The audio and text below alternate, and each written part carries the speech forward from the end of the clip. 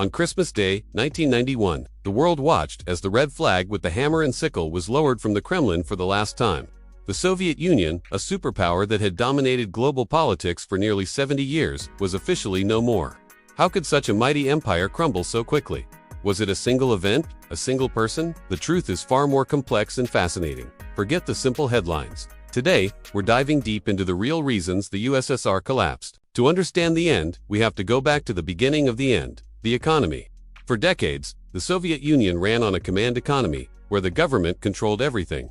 The famous 5-year plans aimed to rapidly industrialize the nation. In the early days, they saw some success, transforming an agrarian society into an industrial powerhouse. But this system had a fatal flaw. It was incredibly inefficient and rigid.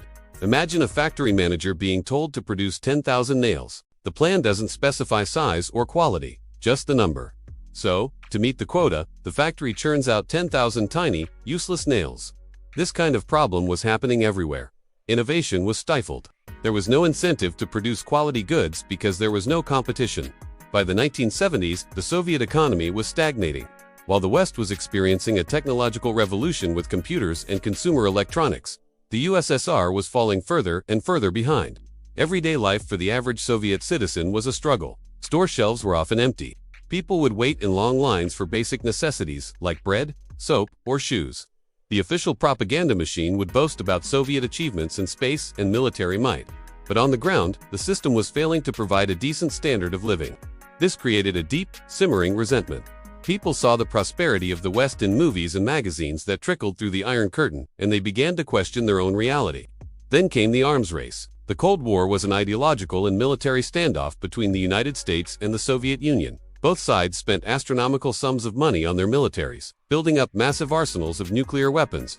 For the United States, with its dynamic capitalist economy, this was a heavy burden. For the Soviet Union, with its stagnating planned economy, it was catastrophic. Think of it like two runners in a marathon. One is well-fed and has high-tech running shoes. The other is malnourished and running barefoot. Both are running at the same pace, but one is heading for total exhaustion. The Soviet Union was spending an estimated 15 to 20% of its entire economic output on the military, starving other vital sectors like healthcare, infrastructure, and consumer goods. The breaking point was arguably the Soviet-Afghan War, which began in 1979. This decade-long conflict became the USSR's Vietnam, a costly, demoralizing quagmire that drained resources and lives, with no clear victory in sight. It exposed the weakness of the mighty Red Army and shattered the myth of its invincibility. Into this pressure cooker stepped one man, Mikhail Gorbachev. When he became General Secretary in 1985, he knew the Soviet Union was in deep trouble. He wasn't trying to destroy the system, he was trying to save it. He introduced two radical policies that would change everything: glasnost and perestroika. Perestroika, meaning restructuring, was an attempt to reform the economy. It allowed for some small-scale private businesses and tried to make state-owned enterprises more efficient and responsive to market demands. The goal was to inject some life into the stagnant economy, but it was too little, too late.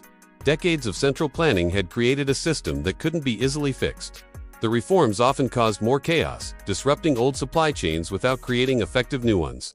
The other policy, glasnost, or openness, was even more explosive. Gorbachev believed that for economic reform to work, there needed to be more transparency and freedom of speech. He eased censorship and encouraged public debate. For the first time in generations, people could openly criticize the government and discuss the country's problems. It was like opening a floodgate. The newfound freedom of glasnost unleashed a torrent of information. The dark secrets of the Soviet past, Stalin's purges, the famines, the gulags were exposed. The environmental disaster of Chernobyl in 1986, initially covered up by the state, became a symbol of the government's incompetence and dishonesty. Glasnost allowed people to see just how broken the system truly was. It shattered the foundation of fear and propaganda that had held the Soviet Empire together. This wave of openness didn't stop at Russia's borders. It electrified the satellite states of the Eastern Bloc: Poland, Hungary, East Germany, Czechoslovakia. These nations had been under Soviet control since the end of World War II. For decades, any attempt at rebellion was brutally crushed, like in Hungary in 1956 or Czechoslovakia in 1968. But now, Gorbachev made a stunning declaration. The Soviet Union would no longer use force to prop up the communist regimes in Eastern Europe. This was the so-called Sinatra Doctrine. They could do it their way, and they did. In 1989, a series of mostly peaceful revolutions swept across Eastern Europe. Poland's Solidarity movement won free elections. Hungary opened its border with Austria. creating a hole in the Iron Curtain, and in the most iconic moment of all, on November 9, 1989. The Berlin Wall, the ultimate symbol of the Cold War division, came tumbling down. The sight of ordinary Germans from east and west celebrating together on top of the wall was a powerful signal to the world. The Soviet Empire was finished.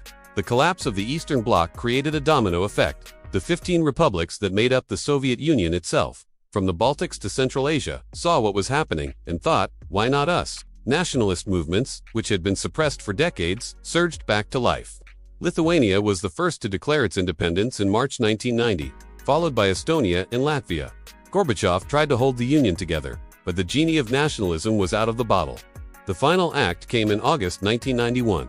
A group of hardline communist officials, horrified by Gorbachev's reforms and the looming disintegration of the country, staged a coup. They placed Gorbachev under house arrest and declared a state of emergency. But they underestimated the people. Led by the charismatic Boris Yeltsin, the president of the Russian Republic, thousands of citizens poured into the streets of Moscow to protest, surrounding the parliament building in defiance. The coup plotters, lacking popular support and the will to use massive force, faltered. After just 3 days, the coup collapsed. This failed coup was the final nail in the coffin. It fatally weakened Gorbachev's authority and massively boosted Yeltsin. One by one, the remaining Soviet republics declared their independence. In December 1991, the leaders of Russia, Ukraine, and Belarus met and formally declared that the Soviet Union had ceased to exist. On December 25, Gorbachev resigned as president of a country that no longer existed. So, the collapse of the Soviet Union wasn't caused by one single thing. It was a perfect storm, a dying economy crushed by the arms race, a society yearning for freedom and basic goods, the courage of a leader who tried to reform the system but ended up unleashing forces he could uncontrol, and the unstoppable power of people demanding their national sovereignty. It was a complex, dramatic, and ultimately world-changing event that continues to shape our politics to this day.